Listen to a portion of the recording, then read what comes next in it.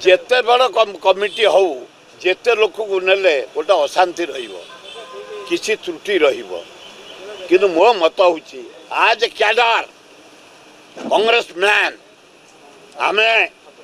Strongly welcome କରୁଛୁ committee କି ଏବଂ ତାକୁ ଅନୁରୋଧ କରୁଛୁ ଖାଲି କମିଟିରେ ବସିଲେ ହେବନି ତୃଣମୂଳ ସ୍ତରକୁ ଯା ୱାର୍ଡକୁ ଯା ପଞ୍ଚାୟତକୁ ଯା କାଉନସିଲ ୱାର୍ଡକୁ ଯା ଚାରିଆଡ଼େ ଖେଦି ଚାଲ କଂଗ୍ରେସ ଦଳକୁ ତୃଣମୂଳ ସ୍ତରକୁ ଇଲେକ୍ସନ ପର୍ଯ୍ୟନ୍ତ ସଜାଗ କରାଅ ଭୋଟିଂ କରାଅ କାଉଣ୍ଟିଂ କରାଅ ବିଶ୍ରାମ ନିଅ ହଁ ହଁ ନେଇଛନ୍ତି ସେଥିରୁ ମାନେ ଆମ ମତ ଅନୁସାରେ ମୁଁ ଦେଖୁଛି ପ୍ରାୟ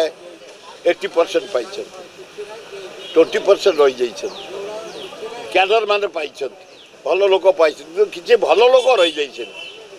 ହଁ ହଁ କିଛି ଭଲ ଲୋକ ରହିଯାଇଛନ୍ତି ସେଥିପାଇଁ ଆମେ ଦୁଃଖିତ ଏବଂ ଆଲୋଚନା ଜରିଆରେ ତାକୁ ସମାଧାନ କରିବା ପାଇଁ ଆଜି ଶରତ ପଟ୍ଟନାୟକ ସହିତ ବି ଆଲୋଚନା ସରିଯାଇଛି କ'ଣ ଆଲୋଚନା ହେଇଛି ଯେଉଁମାନେ ଆଉ କେତେଜଣ ରହିଗଲେ ତାକୁ ଦେଲେ ସଂଗଠନ ସୁଦୃଢ଼ ହେବ ରାଜ୍ୟରେ ଆହୁରି ଶକ୍ତି ବଢ଼ିବ।